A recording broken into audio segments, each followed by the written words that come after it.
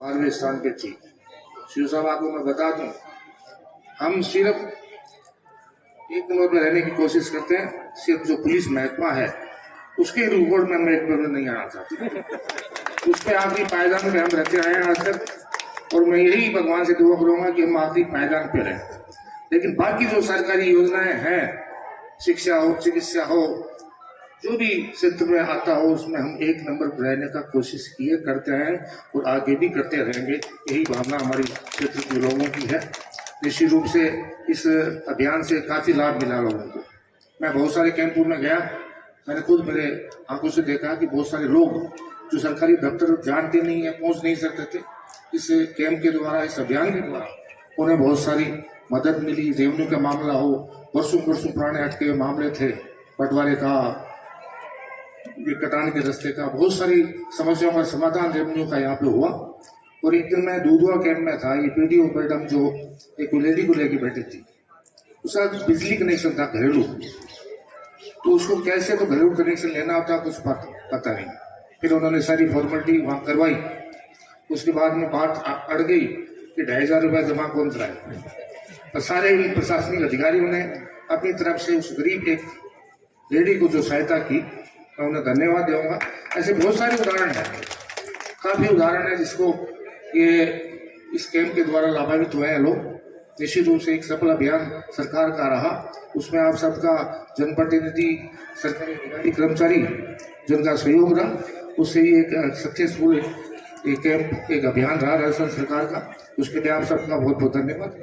विशेष रूप से मैं इस ग्राम पंचायत को धन्यवाद दूंगा कि उन्होंने जो हमारी सरकारी योजना थी, सबसे बड़ी समस्या, सबसे बड़ी जरूरी जो मांग हमारी रही क्षेत्र की, वो एक पानी की समस्या को लेकर थी। जगह उसमें हमने जनता जल योजना के द्वारा जिस जिस ग्राम में, जिस पंचायत में आवश्यकता थी, उसमें निश्चित रूप से उस समस्या का समाधान किया। बहुत सारी करोड़ों अरबों रुपए की स्कीम लेकर हम यहाँ आए, कुछ चालू है, कुछ टेंडर प्रक्रिया में है। निश्चित रूप से आने वाले जब गर्मी का समय आएगा, उससे पहले ये सारी योजनाएं धरातल पे होंगी। ये मैं समझता हूँ ऐसा सही संभव हो जाएगा, निश्चित रूप से होगा। आपके एक कुंभराम लिफ्ट कैनाल की अंडरग्राउंड वाटर है नहीं दातारामगढ़ में। दातारामगढ़ सीकर जिले की बहुत सारी तहसीलें हैं जिनके अंदर अंडरग्राउंड पानी निरंतर नीचे जा रहा है बारिश की कमी की वजह से। मैंने काफी प्रयास किया। मैं, आपको ध्यान होगा तो दातारामगढ़ में जब हमारे मुख्यमंत्री जी हैं, हमारे कांग्रेस पार्टी के अध्यक्ष सचिन जी पायलट, भाजपा का राज था, उसमें इतना हमने बहुत बड़ी एक सभा की। सिर्फ एक मांग को लेकर हम, एकमात्र एजेंडा था कि हमारी सरकार बने तो यहाँ पानी की समस्या का समाधान हो। जो कुंभाराम लिफ्ट किलान है, उसका पानी दातारामगढ़ तक, सीकर जिले तक आए। हमारी सरकार बनी, मैंने मेरे चुनाव में वादा किया था। निश्चित से 2 साल तक मैं लगातार सरकार से लड़ता, बड़ा बजट था।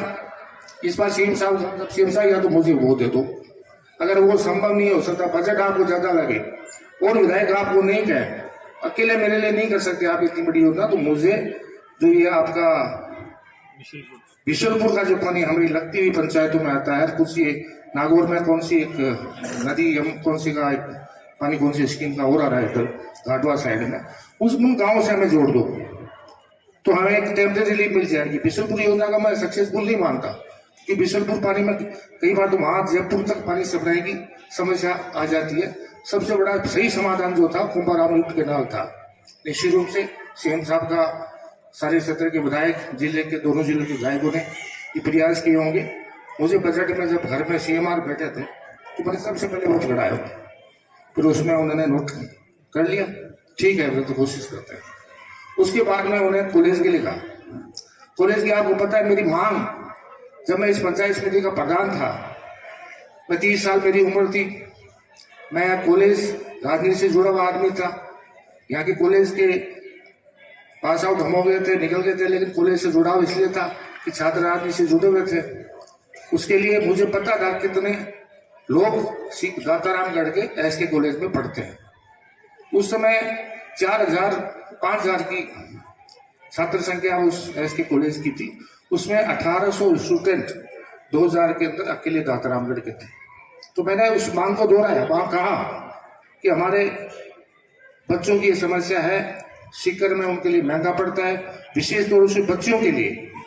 बच्चों को तो लोग आगे 12वीं क्लास के बहुत सारे स्कूल हैं हमारे, सीनियर सेकेंडरी स्कूल आपके राजस्थान में तो नहीं, इतना सीकर जिले में हाईएस्ट स्कूल है, आप रिपोर्ट उठा के देख लीजिए। तो वो 12वीं के बाद में उन बच्चों की सबसे बड़ी प्रॉब्लम थी।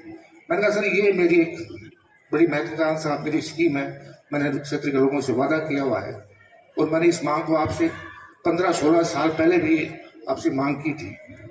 उन्होंने कहा वीरेंद्र मैं करूँगा, कॉलेज का भी इस बार है नहीं प्रावधान करने का, लेकिन फिर भी देखता हूँ। ये सौगात बड़ी सौगात के रूप में मुझे मिली, निश्चित रूप से पंचायत का धन्यवाद दूंगा। मेरे पास कई लोग बाहर के लोग भी आए, पलसाना साइड के लोग भी आए, ताता के लोग भी थे कि हमारे यहाँ कॉलेज खुली थी, लेकिन मुझे इस हेडक्वार्टर में खोलनी थी। और निश्चित रूप से मुझे एक स्कूल के मैनेजमेंट का धन्यवाद कि वो अपनी स्कूल की जो खेल मैदान था वो हमको दिया।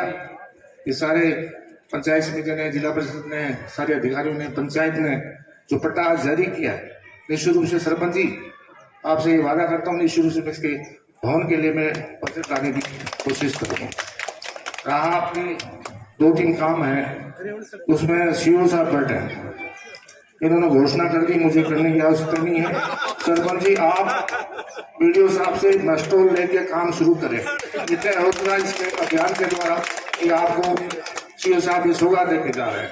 और आपके जो शौचालय है निश्चित रूप से ये पूरे सारे ऑफिस से जहाँ दातारामगढ़ गांव के अंदर है, लेकिन जो बाहर का आदमी आता है उसके लिए शौचालय की बड़ी समस्या होती है। निश्चित रूप से 2 शौचालय आपके लिए स्वीकृत हो गए। पंचायत जहाँ उचित जगह समझे, जहाँ भी भीड़ भाड़ का इलाका हो सही, उस जगह जो उचित स्थान उनको मिले उस स्थान में ये खोलने का प्रयास करें।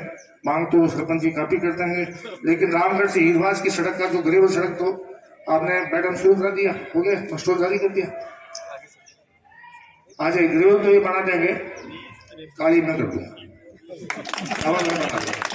ये आपसे वादा करता हूँ। और जहां तक हेल्थ की बात है, निश्चित रूप से कोरोना काल में आपने देखा होगा दातारामगढ़ एक ऐसा क्षेत्र है, सिर्फ एकमात्र विधानसभा क्षेत्र सीकर जिले में है जिसमें 5 CSC PSC की गिनती नहीं कर सकते। PSC तो आज मेरे लोग रेजी कह रहे थे कि 100 के लगभग तो अखबार में पता नहीं क्या आया था उनके लिए, क्या कुछ सब सेंटर PSC और CSC वो हमें ज्ञान ही नहीं है कितने सब सेंटर है, कितनी विशेष है पशुपालन के लिए हो। उसमें मैंने खूब सारी सेंटर इस 2-3 साल में लिखा है। निश्चित रूप से हमने अच्छी CSC जो आपका खातरियावास एक अच्छी क्वारंटाइन सेंटर कोरोना के समय वो रहा था, उसमें अच्छा मैनेजमेंट है, अच्छे डॉक्टर्स है। और आपका ये दांता है उसको मॉडल CSC के रूप में विकसित कर रहे हैं, वो ट्रोमा भी उसमें होगा। पलसाना हाईवे का आता था इलाका, एक्सीडेंट बहुत ज्यादा होते थे, रिंगस और सीकर के बाद में दूसरा ट्रोमा बीच में था नहीं, हमने उस ट्रोमा की वहां पे कर दिया है शुरू, जल्दी से शुरू हो जाएगा।